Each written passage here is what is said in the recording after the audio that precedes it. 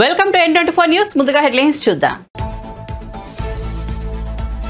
తెలుగు రాష్ట్రాల్లో ఘనంగా ముక్కోటి ఏకాదశి వేడుకలు. తెల్లవారుజాము నుంచి కిక్కిరిసిపోయిన ఆలయాలు. తిరుమల శ్రీవారిని దర్శించుకున్న పలువురు ప్రముఖులు. భక్తులతో కోలాహలంగా యాదాద్రి, భద్రాద్రి, వేములవాడ, ధర్మపురి.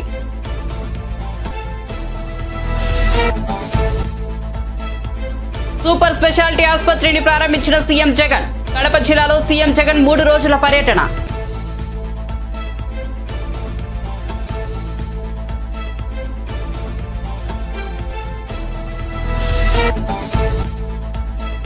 లోకేష్ తో కలిసి హైదరాబాద్ నుండి విజయవాడ వచ్చిన ప్రశాంత్ కిషోర్. ఒకే వాహనంలో గన్నవరం ఎయిర్పోర్ట్ నుంచి వెళ్లిన లోకేష్, పీకే, చంద్రబాబు, ప్రశాంత్ కిషోర్ భేటీలో రాబిన్ శర్మ టీం సభ్యులు.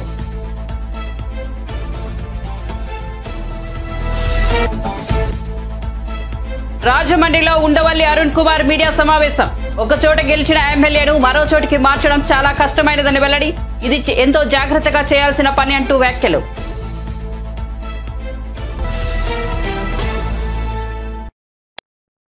ఇక వార్త వివరాల్లోకి వెళ్తే ఏపీ సీఎం జగన్ 3 రోజుల నిమిత్తం నేడు కడప చేరుకున్నారు. తన పర్యటనలో భాగంగా కడప రిమ్స్ లో ప్రభుత్వ సూపర్ స్పెషాలిటీ ఆసుపత్రిని ప్రారంభించారు.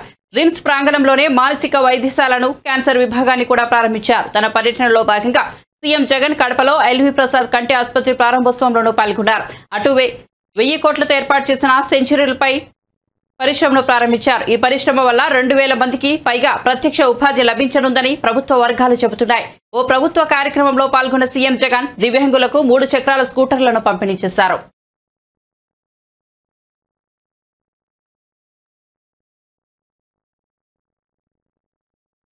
పీవీ కీర్తిని పెంచేలా తెలంగాణ ప్రభుత్వం పనిచేస్తుందని తెలంగాణ ముఖ్యమంత్రి రేవంత్ రెడ్డి అన్నారు. మాజీ ప్రధాని పివి నరసింహారావు వర్ధంతి సందర్భంగా ఆయన పీవీ జ్ఞానభూమి వద్ద పూలమాలలు వేసి నివాళులర్పించారు. ఈ సందర్భంగా మాట్లాడుతూ దేశ కీర్తిని ప్రపంచానికి చాటిన మేధావి పీవీ అన్నారు.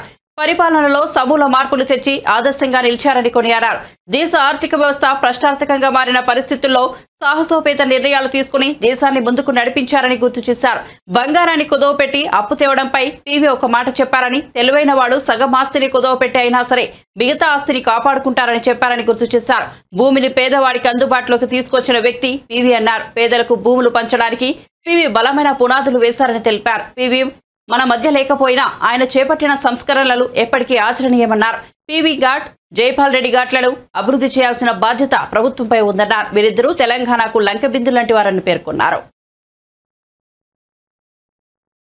ఆర్థిక రంగంలో రాణించిన, పరిపాలనలో పారదర్శకవంతమైన పరిపాలనను అందించిన, ముఖ్యంగా సీలింగ్ యాక్ట్ ద్వారా పేదలకు ఆత్మగౌరవమైన భూమి, ఆ భూమి కొద్ది మంది చేతుల కబద్ధ హస్తాలలో ఉంటే ఈ ప్రాంతంలో జరిగిన ప్రతి పోరాటం, నిజాంకు వ్యతిరేకంగా జరిగిన సాయుధ రైతాంగ పోరాటం భూమి చుట్టూనే పరిభ్రమించింది. ఆ తర్వాత జరిగిన నక్సల్బరీ పోరాటాలు కూడా ఈ భూమి చుట్టూతోనే పరిభ్రమించినాయి. భూమి పేదవాడికి అందుబాటులోకి తీసుకొచ్చింది. పేదవాడి ఆత్మగౌరవమైన భూమిని భూ పంపకాల ద్వారా వాళ్ళకి చేర్చినప్పుడే ఈ యొక్క పోరాటాలకు ఒక నిబద్ధత ఉంటుంది అని చెప్పి ఈ అగ్రికల్చర్ ల్యాండ్ సీలింగ్ యాక్ట్ తీసుకొచ్చి వీటన్నిటిని కూడా భూసేకరణ చేసి పేదలకు భూములు పంచడానికి పివి నరసింహారావు గారి బలమైన పునాదులు వేయడం జరిగింది. ఈరోజు ఆర్థిక రంగంలో రాణించిన, పరిపాలనలో పారదర్శకవంత టీడీపీ ఎన్ఆర్ఐ నేత యష్ ను అక్రమంగా అరెస్ట్ చేశారని ఆ పార్టీ అధినేత చంద్రబాబు మండిపడ్డారు. యష్ అరెస్టును ఖండిస్తున్నామని చెప్పారు. సోషల్ మీడియాలో పోస్టులు పెడితే అరెస్టు చేస్తారని ప్రశ్నించారు. అక్రమ అరెస్టులపై కాకుండా అంగన్వాడీల సమస్యలపై దృష్టిని సారించాలని చెప్పారు. తమకు న్యాయం చేయాలని రోడ్డెక్కి నిరసన తెలియజేస్తున్న వారిని అణిచివేయాలని చూడడం సరికాదని అన్నారు. విపరీతంగా పెరిగిపోతున్న ఖర్చులకు అనుగుణంగా జీతాలు, చెల్లింపులు లేవని విమర్శించారు. సంక్షేమ పథకాలకు కూడా వివిధ ఆంక్షలు పెట్టి కోతలు విధిస్తున్నారని చెప్పారు. అక్రమ కేసులు పెట్టడానికి, ప్రజలను వేధించడానికే సమయాన్ని వెచ్చిస్తున్నారని, సమాజ సేవ చేస్తున్న అంగన్వాడీల సమస్యల పరిష్కారం కోసం ఉపయోగించాలని అన్నారు. వైకుంఠ ఉత్తర ద్వార దర్శనం సందర్భంగా తిరుమలలో భక్తుల రద్దీ నెలకొంది. ధనుర్మాసం నేపథ్యంలో ముందుగా తిరుప్పావై ప్రవచనాలు వినిపించడంతో పాటు శ్రీవారికి ఇతర కైంకర్యాలు పూర్తి చేశారు. అనంతరం శ్రీవారిని భక్తులు దర్శించుకుంటున్నారు. అర్ధరాత్రి నుంచే స్వామివారి దర్శనార్థం భక్తులు బారులు తీరారు. జనవరి 1న అర్ధరాత్రి 12 గంటల వరకు వైకుంఠ ద్వారాలు తెరిచి ఉండనున్నాయి.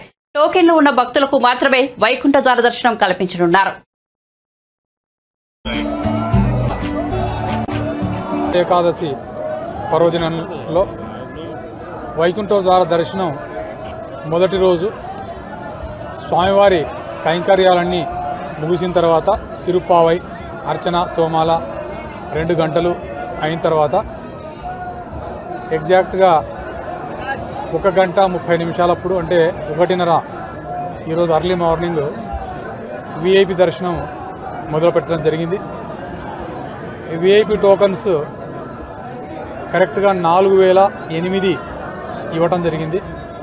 4008 విఐపి టోకన్స్లో 3850 వరకు మాత్రమే కొనుగోలు చేశారు. మిగతా 150 టికెట్లు కొనుగోలు చేయలేదు. ఈ విఐపి స్లాట్ 1:30కు 1:45 మొదలైంది. 1:45 మొదలై 5:15కు క్లోజ్ అయింది. ఎస్ఎస్డి ఎస్ఈడి స్లాట్స్ 2 కూడా 6 AM ఇచ్చాము మేము. కానీ 45 నిమిషాల ముందే వాళ్లకు ఇచ్చినటువంటి స్లాట్కు దాదాపు 45 నిమిషాల ముందు ఎస్ఎస్డిని ఎస్ఈడిని వదలడం జరిగింది. 6 గంటలకు ఉన్నటువంటి స్లాట్ 45 నిమిషాల ముందు వదిలాము. ఇప్పటి నుంచి ప్రతి స్లాట్ కూడా 1.5 అవర్ ముందు తీసుకొని వైకుంఠంలో కూర్చోబెట్టుకొని వాళ్ళకు భక్తులకు మంచి దర్శనం చేయించి వైకుంఠ ద్వార దర్శనం పంపించే విధంగా అన్ని ఏర్పాట్లు చేస్తున్నాం. వైకుంఠం 1 వైకుంఠం 2లో ఇప్పటికరివి అయితే వెయిటింగ్ లేదు. వెయిటింగ్ లేకపోయినా భక్తులకందరికీ కూడా కాఫీ, టీ, పాలు అన్నీ అందించడం జరిగింది.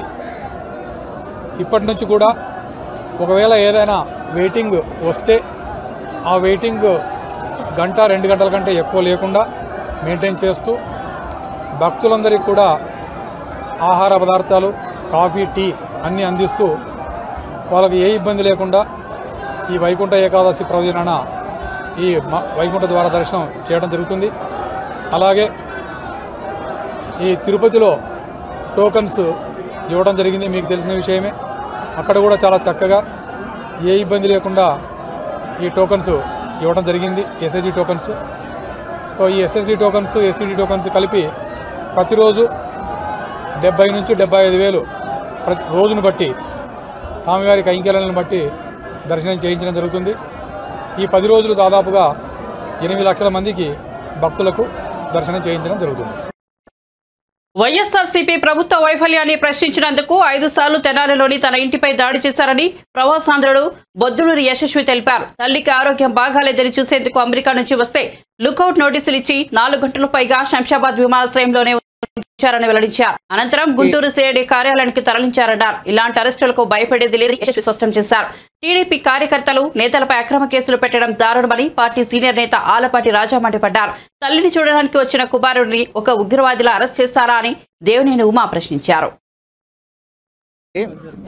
నిన్న నేను అమెరికా నుంచి మా అమ్మగారి ఆరోగ్యం బాగాలేకపోతే మా అమ్మగారిని చూడటానికి నేను అమెరికా నుంచి రావడం జరిగింది.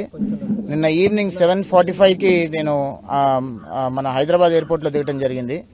ఎమ్మటే ఇమిగ్రేషన్లోకి వెళ్ళాను. ఇమిగ్రేషన్లో నాకు లుక్ ఓవర్ నోటీస్ ఉందని చెప్పి అక్కడ ఉన్న ఆఫీసర్ ఆపడం జరిగింది, లుక్ ఓవర్ సర్క్యులర్.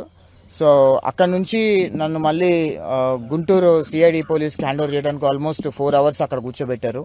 అక్కడ నుంచి మళ్ళీ సిఐడి పోలీస్ వాళ్ళు ఆల్ ద వే హైదరాబాద్ నుంచి మళ్ళీ ఇక్కడికి గుంటూరు తీసుకురావడం జరిగింది.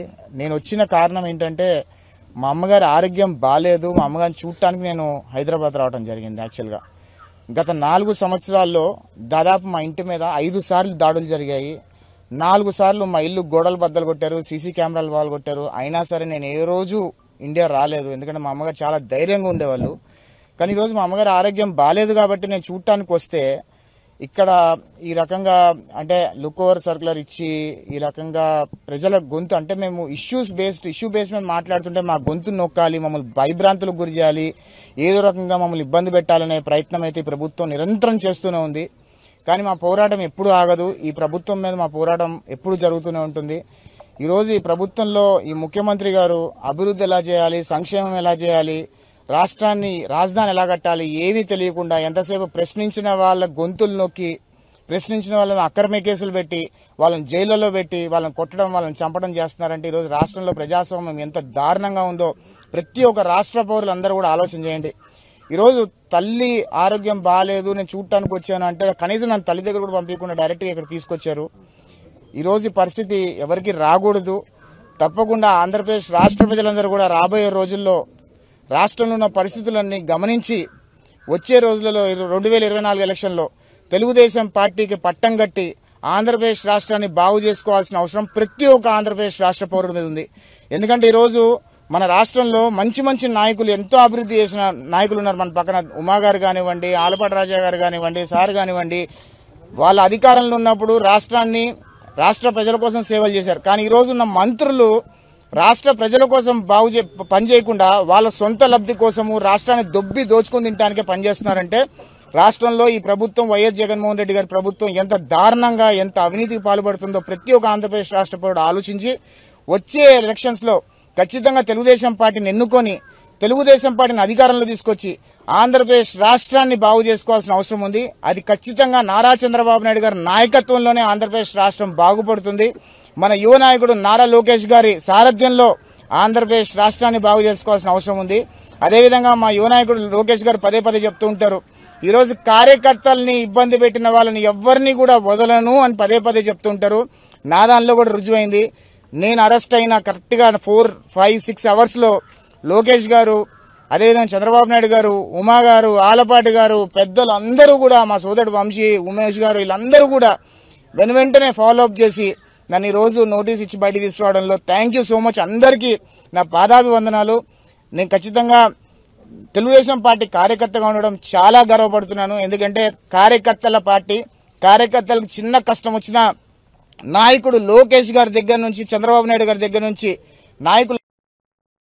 మహిళా ప్రయాణికులకు ఉచిత ప్రయాణ సౌకర్యాన్ని కల్పిస్తున్న టీఎస్ఆర్టీసీ కీలక విజ్ఞప్తి చేసింది. తక్కువ దూరం ప్రయాణించే మహిళలు పల్లె వెలుగు బస్సులు ఎక్కాలని కోరింది. తక్కువ దూరం ప్రయాణించే వారు ఎక్కువగా ఎక్సెస్ బస్సులు ఎక్కుతున్నట్లుగా యాజమాన్యం దృష్టికి వచ్చిందని, పర్యవసానంగా ఎక్కువ దూరం వెళ్లే ప్రయాణికులు ఇబ్బందులకు ఎదురవుతున్నాయని టీఎస్ఆర్టీసీ ఎండీ సజ్జనార్ తెలిపారు. ఈ సమస్యను అధిగమించేందుకు తక్కువ దూరం ప్రయాణించే మహిళలు పల్లె వెలుగు బస్సులు ఎక్కాలని ఆయన విజ్ఞప్తి చేశారు. మరోవైపు కొందరు మహిళలు అనుమతించిన స్టేజీల్లో కాకుండా మధ్యలోనే బస్సులను ఆపాలంటూ సిబ్బందిపై ఒత్తిడి చేస్తున్నారని, ఇకపై ఎక్స్ప్రెస్ బస్సులను అనుమతించిన స్టేజీల్లో మాత్రమే ఆపుతారని స్పష్టం చేశారు. ఈ మేరకు సిబ్బందికి సహకరించాలని సజ్జనార్ కోరారు. దూర ప్రాంత ప్రయాణికులకు ప్రాధాన్యత ఇచ్చి సిబ్బందికి సహకరించాలని టీఎస్ఆర్టీసీ యాజమాన్యం విజ్ఞప్తి చేస్తోందని ఆయన వివరించారు.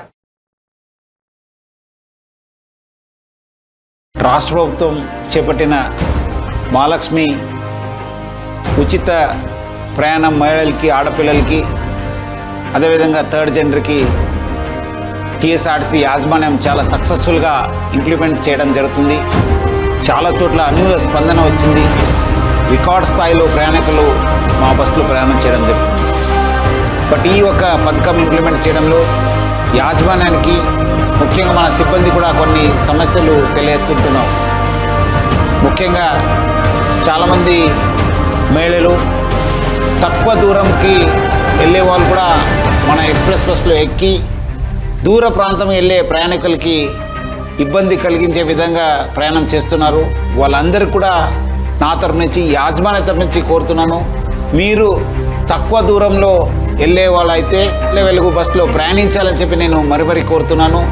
అదేవిధంగా కొంతమంది మహిళలు స్టేజ్ కాకుండా రోడ్ మధ్యలో ఆపడము, లేదంటే ఎక్కడ కావాలో అక్కడ ఆపండి అని చెప్పి అడుగుతున్నారు. దీనివల్ల కూడా చాలా దూర ప్రాంతంలో వెళ్ళే వాళ్ళు కూడా చాలా ఇబ్బంది కలుగుతుంది. స్టేజ్ దగ్గర మాత్రమే మా బస్సు ఆగడం జరుగుతుంది. సో ముఖ్యంగా దీనివల్ల కూడా దూర ప్రాంతం వెళ్ళే వాళ్ళు, వేరే ప్రయాణికులు కూడా మేలు జరుగుతుంది. మన కండక్టర్స్కి, డ్రైవర్స్ కూడా బాగా జరుగుతుంది. లేదంటే కొన్ని చోట్ల మనకు చాలా ఇబ్బంది కలుగుతుంది. మన కండక్టర్స్ కూడా చాలా ఇబ్బంది పడుతున్నారు. ప్రజలు బాగా సహకరించారు. వాళ్ళందరూ కూడా నా తరఫు నుంచి, యాజమాన్య తరఫున కూడా ధన్యవాదాలు తెలుపుతున్నాను. వచ్చే రోజు కూడా ఈ ఒక స్కీమ్ని ఇంప్లిమెంట్ చేయడానికి మహిళలు, ఆడపిల్లలు, థర్డ్ జెండర్ వాళ్ళందరూ కూడా సహకరించాలని చెప్పి నేను మరీ యాజమాన్య తరఫు నుంచి అందరు కోరుతూ, మహిళా లోకానికి, ఆడపిల్లలకి, థర్డ్ జెండర్ అందరూ కూడా నేను యాజమాన్య తరఫు నుంచి కూడా సహకరించేందుకు పేరుగా ధన్యవాదాలు తెలుపుతున్నాను. సిబిఐ మాజీ జేడీ వివి లక్ష్మీనారాయణ కొత్త రాజకీయ పార్టీని స్థాపించారు. తన పార్టీ పేరు జై భారత్ నేషనల్ పార్టీ అని లక్ష్మీనారాయణ వెల్లడించారు. ఐపీఎస్ కు స్వచ్ఛంద పదవి విరమణ చేసి ప్రజల మధ్యకు వచ్చారని తెలిపారు. అనేక వర్గాల ప్రజలను కలుసుకుంటూ వారి సమస్యలను అవగాహన చేసుకుంటూ ముందుకు సాగుతున్నారని వివరించారు. సమస్యలు, పరిష్కారాలను వారిని అడిగి తెలుసుకుంటూ రాష్ట్రం మొత్తం తిరిగి చేసిన అధ్యయనంతో రాజ్యాధికారం ముఖ్యమైన విషయాన్ని గుర్తించారని వెల్లడించారు. ఆ విధంగా 2019 ఎన్నికల్లో పోటీ చేశానని 3 లక్షల మంది వరకు ఓటర్లు మద్దతు పలికారని వివరించారు. బలం లేకపోయినా నేను నమ్ముకున్నది మా ప్రజల యొక్క నైతిక బలం. ఆ నైతిక బలంతో ప్రజలందరికీ అండగా ఉండడానికి పుట్టింది జై భారత్ నేషనల్ పార్టీ. మా దగ్గర అర్థబలం లేదు, అంగబలం లేదు, కానీ ప్రజల దగ్గర మా దగ్గర ఉన్న నైతిక బలంతో ఈ రాష్ట్రం అంటే ఏంటో అని ప్రపంచానికి చూపించడానికి ప్రజల కాంక్షల నుంచి పుట్టింది జై భారత్ నేషనల్ పార్టీ. ఒకరు తప్పు చేశారు, తప్పుతో అప్పు చేశారు. ఇంకొకరు తప్పుతో పెద్ద అప్పులు చేస్తున్నారు. వేరొకరు తప్పుతో అప్పు చేసిన వారి పక్కన ఉంటున్నారు. మేము తప్పు చేయము, అప్పు చేయము. మేము తప్పు చేయము, అప్పు చేయము. యువతరం యొక్క ఆధారంతో యువతరాన్ని మా వెంట తీసుకొని వీరందరూ తీసిన అప్పు తీర్చి ఆంధ్రప్రదేశ్ రాష్ట్రాన్ని గుజరాత్ రాష్ట్రం కన్నా ముందుగా తీసుకువెళ్లే దానికోసం పుట్టింది జై భారత్ నేషనల్ పార్టీ. అప్పు చేయము, తప్పు చేయము. ఆంధ్రప్రదేశ్ రాష్ట్రాన్ని గుజరాత్ కన్నా ముందుకు తీసుకువెళ్తాం ఖచ్చితంగా. ఈ దయనీయ స్థితి ఇప్పటికైనా మారాలి. దానికోసమే ఈ జై భారత్ నేషనల్ పార్టీ నుంచి ముందుకొస్తున్నాం. ఈ ఆశయంతోనే మేమందరము మీ ముందు నిలుచున్నాం. మీరు నందరూ నడుం బిగించి నాకు అండదండగా ఉండి స్వర్ణ భవిష్యత్తును, రాష్ట్రానికి స్వర్ణాంధ్ర అంటే స్వర్ణ భవిష్యత్తు ఉండాలి. భారతదేశంలో ఉన్నంత యువతరం ఎక్కడా లేదు. అటువంటి యువతరం ఉపాధి కోసం ఎందుకు తప్పించాలి అన్నది కూడా ఆలోచిస్తూ ఉంటే దానికి పరిష్కారాలు కనుగొనడానికి పుట్టిన పార్టీయే జై భారత్ నేషనల్ పార్టీ. చీకటి ఉంటే దాన్ని తిట్టకుండా ఒక చిరు దీపం పెట్టమని మా అమ్మ నాకు చిన్నప్పుడు నేర్పించింది.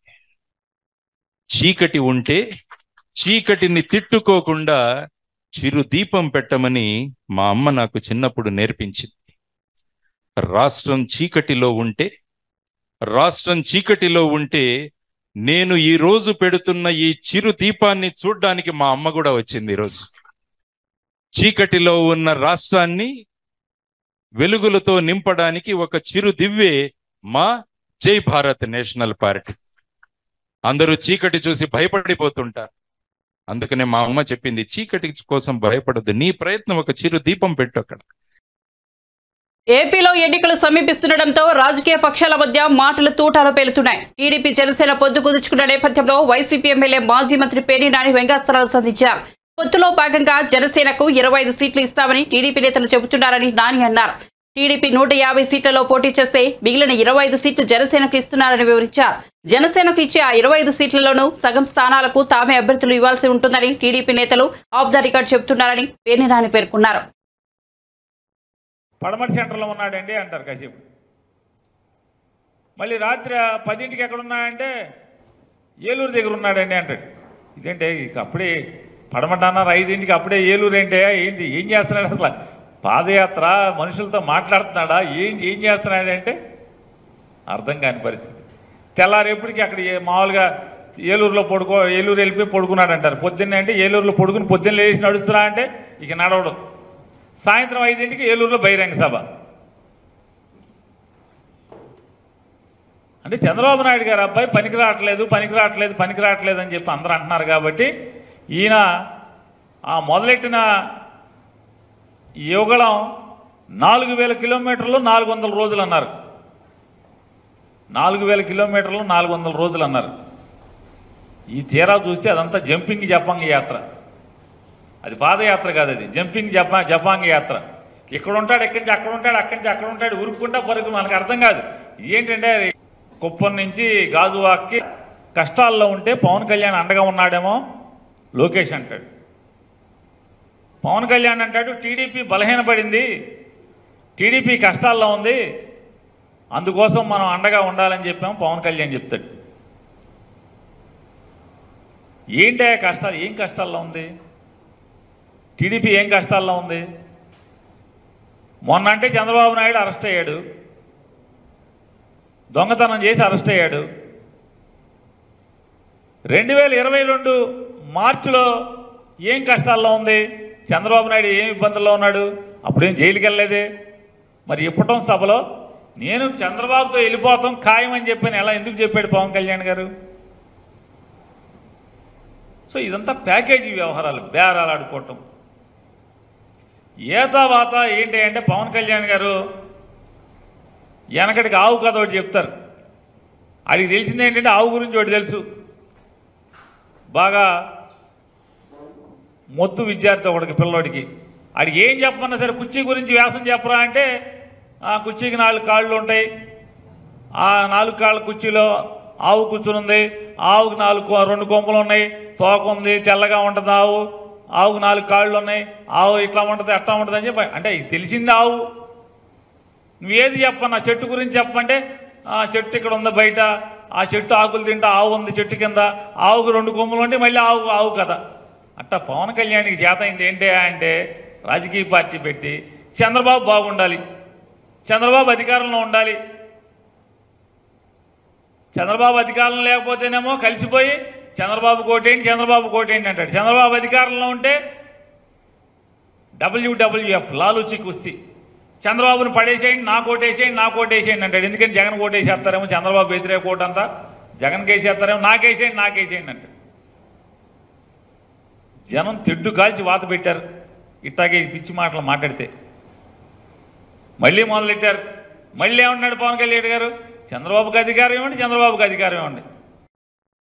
మాజీ ఎంపీ ఉండవల్లి అరుణ్ కుమార్ రాజమండ్రిలో మీడియాతో మాట్లాడుతూ ఆసక్తికర వ్యాఖ్యలు చేశారు. ఓ నియోజకవర్గంలో గెలిచిన ఎమ్మెల్యేకు మరో చోట టికెట్ మార్చడం ఎంతో కష్టమైన పని అని, ఇది ఎంతో జాగ్రత్తగా చేయవలసిన పని అని స్పష్టం చేశారు.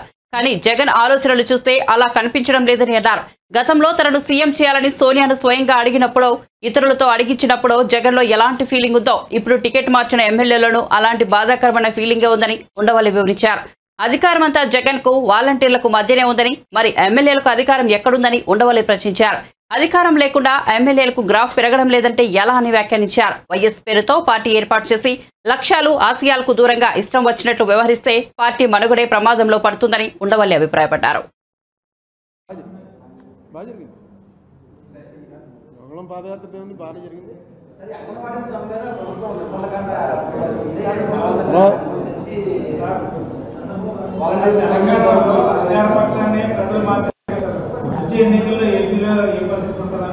అదే చెప్తుంది. ఏపీలో మామూలుగా ఇన్కంబెన్సీ యాంటీ ఇన్కంబెన్సీ డెఫినెట్గా అన్ని చోట్ల ఉంటుంది.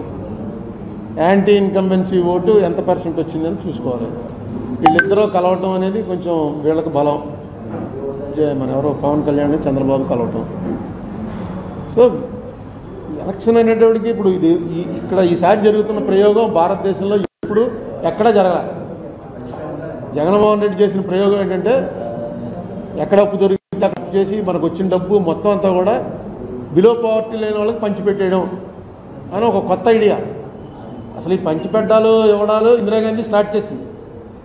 అందులో ఏమి ఇచ్చారు, ఓన్లీ భూములు ఇవ్వడం ఇవి చేశారు, డబ్బులు ఇవ్వడం చేయలే. ఎన్టీ రామారావు గారు వచ్చి బియ్యం ఇవ్వడం చేశారు. అలా ఒకళ్ళు కాంగ్రెస్ వాళ్ళు వచ్చి మాఫీ అంతా రుణమాఫీ అన్నారు. నెమ్మదిగా ఎలా వస్తుందంటే మనకు వచ్చే రెవెన్యూ అంతా ఇచ్చేస్తే వీళ్ళు ఓట్లేస్తారు. అయితే ఒకటే ఓట్ల ఆలోచించవలసింది ఏంటంటే ఎందుకు వీళ్ళంత మీరు చూడండి, ఏ రైతు కూడా వాడి కొడుకుకి వ్యవసాయం చేయమని నాకు చెప్పట్లే. లారీ డ్రైవరు ఆటో డ్రైవరు నా కొడుకు నాకన్నా గొప్ప డ్రైవర్ అవ్వాలని కోరుకోడు. ఎందుకు డాక్టర్ గారి కొడుకు డాక్టర్ అవ్వడానికి ఇష్టపడతాడు, పొలిటీషియన్ కొడుకు పొలిటీషియన్ అవ్వడానికి ఇష్టపడతాడు. ఎందుకంటే వీటిలో ఆదాయం ఎక్కువ ఉంది. జర్నలిస్ట్ ఎవడో కొడుకు జర్నలిస్ట్ అవ్వాలి కానీ అయిపోతూ ఉంటారు, జన్యుపరంగా అయిపోతుంటారు. నాకు చాలామంది తగులుతుంటారు. మా నాన్నగారు మీకు బాగా తెలుసండి అని. వాళ్ళు జర్నలిజం ఇప్పుడు కోర్సులు వచ్చే చదువుకుని బాగా మంచి ప్రొఫెషన్ కింద టేకప్ చేసుకుని వస్తున్నారు. సినిమా యాక్టర్ కొడుకుని సినిమా యాక్టర్ చేస్తాడు. కారణం ఏంటంటే అందులో బాగా ఆదాయం ఉంది. ఇందులో బాగా ఆదాయం ఉందన్నమాట. వచ్చి మీకు 2000 ఇచ్చి మీకు సేవ చేయడానికి అవకాశం ఉందని అడుగుతున్నారు. ఎవడన్నా హాస్పిటల్ దగ్గర బోర్డు పెట్టి మా దగ్గర ఆపరేషన్ చేయించుకుంటే 10,000 రూపాయలు ఇస్తానంటే ఎవడన్నా వెళ్తాడు? అసలు ఆ వీధిలో కూడా వెళ్ళరు. ఇది సేమ్ అలాంటిదే. మేము చేస్తాం ఆపరేషన్, మీకు 2000 ఇస్తున్నాం, ఇప్పుడు తర్వాత ఇంకా ఇవన్నీ కూడా ఇస్తాం అని చెప్తున్నారు. అది ఎవరైతే ప్రజల్ని వివేకం చేయాలో చేయగలిగిన వాళ్ళు ఎవరు లేరు, ఎవరో వాళ్ళు మాట వింటలేదు. పవర్టీ వల్ల డబ్బులు ముందు ఎవరిస్తే వాళ్ళు నెక్స్ట్ డబ్బు ఇచ్చుకుని వ్యతిరేకంగా ఓటేయడం అనేది చాలా పెద్ద ట్రైనింగ్ ఇవ్వాలి. ఎందుకంటే పేదవాడు జనరల్గా ద్రోహం చేయలేడు. బాగా జరిగింది. మంగళం పాదయాత్ర ఉంది, బాగానే జరిగింది.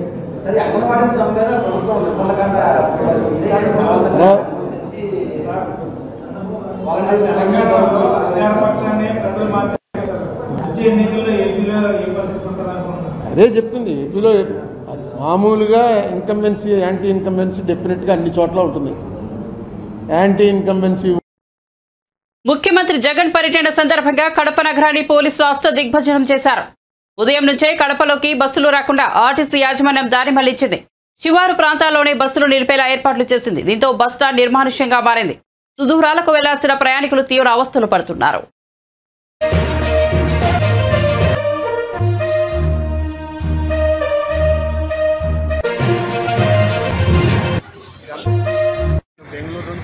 బెంగళూరు నుంచి ఒంగోలు పోవాలంటే ఒక్క బస్సులు లేవు బస్ స్టాండ్లో. ఆర్టీసీ బస్ స్టాండ్ పోతే ఆడకపో ఏడవ అనేసి లాస్ట్ ఏడ తీసుకొచ్చారు.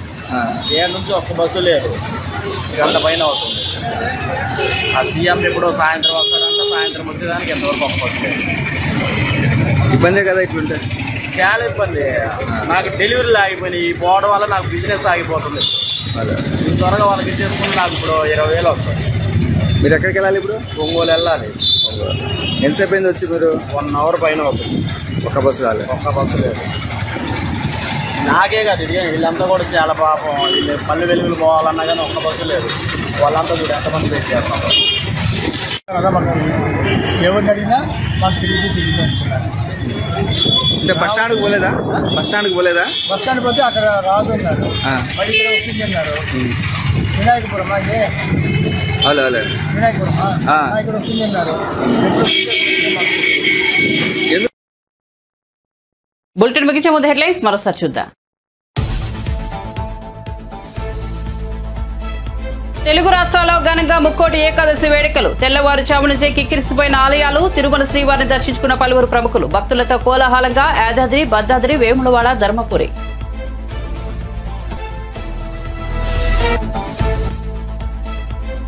సూపర్ స్పెషాలిటీ ఆసుపత్రిని ప్రారంభించిన సీఎం జగన్. కడప జిల్లాలో సీఎం జగన్ 3 రోజుల పర్యటన.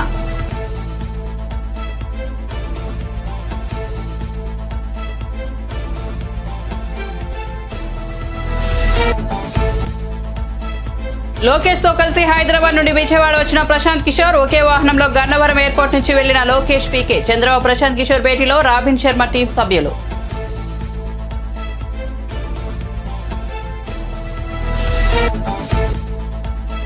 రాజమండ్రిలో ఉండవల్లి అరుణ్ కుమార్ మీడియా సమావేశం. ఒకే చోట గెలిచిన ఎమ్మెల్యేను మరో చోటికి మార్చడం చాలా కష్టమైనదని వెల్లడి. ఇది ఎంతో జాగ్రత్తగా చేయాల్సిన పని అంటూ వ్యాఖ్యలు.